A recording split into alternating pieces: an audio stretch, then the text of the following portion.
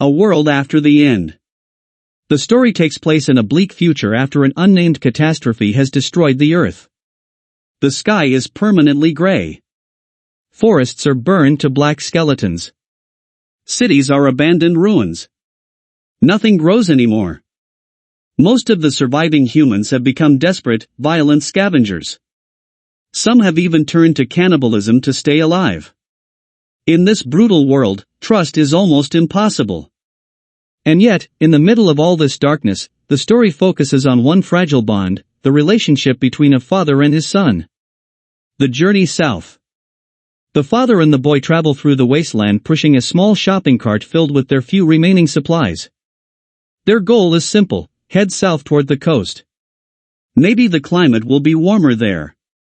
Maybe survival will be easier. But in reality, the journey is filled with constant danger. Food is scarce.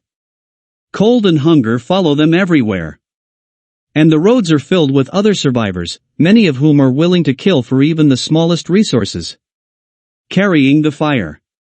Despite the horror surrounding them, the father constantly reminds his son of one thing. They are the good guys. And the good guys are carrying something special. They are carrying the fire. This phrase becomes the moral center of the story. The fire represents humanity itself. Kindness. Compassion. The refusal to become monsters. The father knows that the world may never recover. But if his son keeps that fire alive, if he keeps his humanity, then something meaningful can still survive. A father's mission. As the journey continues, it becomes clear that the father is growing weaker. He is sick, exhausted, and slowly dying. But he pushes forward anyway. Because his real mission is not reaching the coast. His mission is preparing the boy to survive without him. Every lesson matters. How to find food. How to stay hidden. How to recognize danger. But the most important lesson is moral. Even when the world has collapsed, the boy must remain good. Because once that goodness disappears, humanity disappears with it. Moments of humanity. Along the road, the father and son encounter several unforgettable moments. They discover an underground bunker filled with food, a rare moment of relief in an otherwise hopeless world.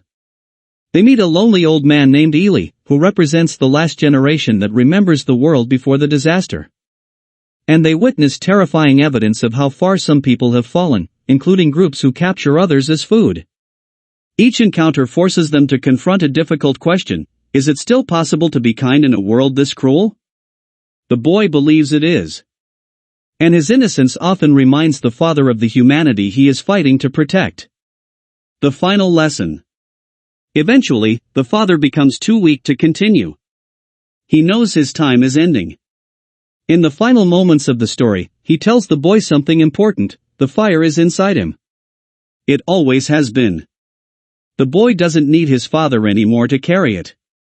He just needs to remember who he is. After the father dies, the boy is left alone in the silent world. But not for long. A small family finds him and offers him protection. For the first time, the boy has a chance to continue living, not just surviving. And the fire continues. The meaning behind the story. The Road is often described as a post-apocalyptic novel. But at its heart, it's really a story about love. More specifically, the love between a parent and a child. In a world where civilization has collapsed, the father's love becomes the last remaining force that gives life meaning. Cormac McCarthy shows that even when everything else disappears, laws, society, comfort, human compassion can still survive. And sometimes, that is enough. Final thoughts. The Road is one of the most emotional and haunting novels of modern literature. It asks a powerful question: what would you hold on to if the entire world disappeared? For the father in this story, the answer is simple. Hope. Kindness. And the belief that even in the darkest world imaginable, we must keep carrying the fire.